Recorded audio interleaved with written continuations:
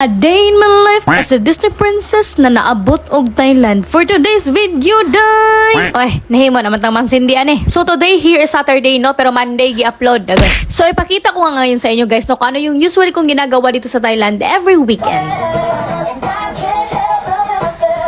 So to start up my day, no, hindi talaga pwede na wala akong music at hindi ako makasayaw-sayaw kasi yan talaga yung nagpapag-good vibe sa akin every morning, guys. So syempre manghilamos muna tayo dito, no, para matanggal yung ating mga muta na nagkukos ng ating hindi pagkakita ng maayos. At ang gamit ko pala dito na sabon, guys, ay Milky Bar Soap from Glory. At syempre magmugmog ng Listerine kaya hindi naman talaga natin ma-deny na mabaho yung bunganga natin every morning. Pero kung hindi lang morning mabaho yung bunganga mo, ay i-baking soda mo na yan. So mag-prepare muna ako dito ng breakfast ko, guys, no. Mag-instant oatmeal lang pala ako dito ngayon with banana, yogurt, and grape. So far, no, ito yung pinakamasarap na healthy na ginawa ko na breakfast sa buong buhay ko. Pero syempre, hindi ito yung everyday ko na breakfast, guys, ha? Minsan, kung wala na tayo yung budget sa ating healthy lifestyle, urong-urong muna tayo dito sa itlog. Meron man tayong itlog na may protein pa rin, so healthy pa rin yun. Goy. At nagdali-dali lang din pala ako dito maligo, guys, no? At mag-prepare kasi may 10 a.m. workout ako with my coach. Kasi last time na late ako, sabi niya yung tawon sa akin na, today, late na, no late. Today, training, 10 a.m. na. At sumagot din yung tawon ng inyong Disney princess ng,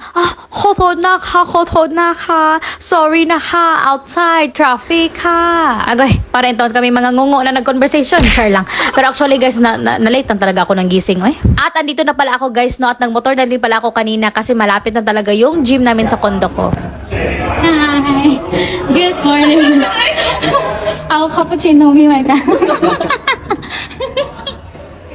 At nag-start na din pala kami dito, no? So, 1 hour lang yung training ko ngayon with Coach James. So, itong coach ko ay Thai pala siya, no? Pero nakakapag-English naman siya. So, kahit pa paano nagkakaintindihan pa rin naman kami. Pero alam nyo guys, no? I really thought na kapag nag-gym ka, yung unang madedevelop mo is yung body mo. Pero hindi pala. It's your mental health. Kasi nababawasan yung screen time mo sa phone mo. You stop thinking of unnecessary problems. Yung tipong ang iisipin mo lang ay yung pagbibilang mo. At hindi lang yan, it increase your energy and productivity throughout the day. So, totoo pala talaga, no? Na if you want changes on your body or you want to have a good day, magsisimula talaga yan sa'yo, sa sarili mo, kung ano yung pipiliin mong gawin sa araw na yan. If you want to be productive or unproductive. At share ko lang din pala na may sarili pala kaming locker dito, shower at sauna. Yes, may sauna kami dito guys, no? Pero hindi ko pa siya nagagamit kasi hindi ko siya alam kung paano ko gamitin. Nakay baka kung magpataka ako gamit dyan, paglabas ko kay abo na ako.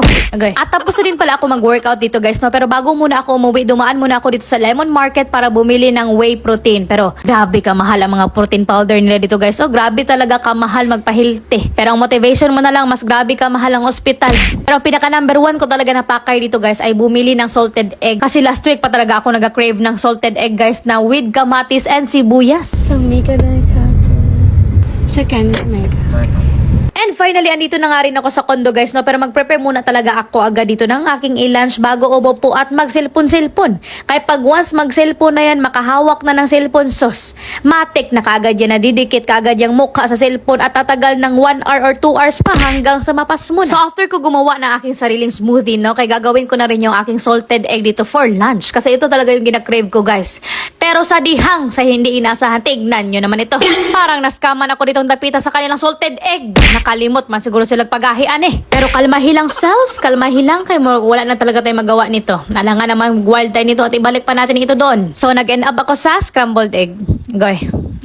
Goy. At after ko din pala mag-lunch at nag-wash up lang din pala ako kanina guys, dito na tayo sa ating budgeting skills. So dahil nga malapit na ang sahuran, so mag-budget na tayo. At kung nanonood ka talaga ng aking vlog, alam mo na may formula talaga ako na ginagamit every sahuran ko. Salary minus savings equals expenses. So kung ano yung matitira sa'yo after mong makapagtabi sa savings mo, yan yung titipirin mo. Ang savings kasi guys, napaka-importante talaga yan. Kasi lalo na kung OFW ka, in case, meron ka mapagkukuhanan kung merong emergency. At itong mga nakapaskil naman dito guys, ito yung savings ko, groceries ko dito sa condo, at allowance ko for my parents. At itong pang-apat naman ay para sa amin na aking fiancé kasi meron kaming joint account dyan sa Pinas. At ang pang-5, ito yung pinakagusto ko, kaya ito yung mga luho ko. Kahit ginagmay lang naman makabili tayo sa ating sarili. So ngayong araw pala na ito guys, no, kaya dito lang talaga ako sa condo dahil bukas gagala ko kasamang ate ko. Kaya samahan niyo ako sa aking next vlog. Again, lahat po na nakikita niyo sa vlog ko, hindi ko po yan siya basta-basta nakukuha lang. Hindi ko masasabing resulta ng hard work, but it is a result ng pagiging positibo and humble sa kabila ng hamon sa buhay.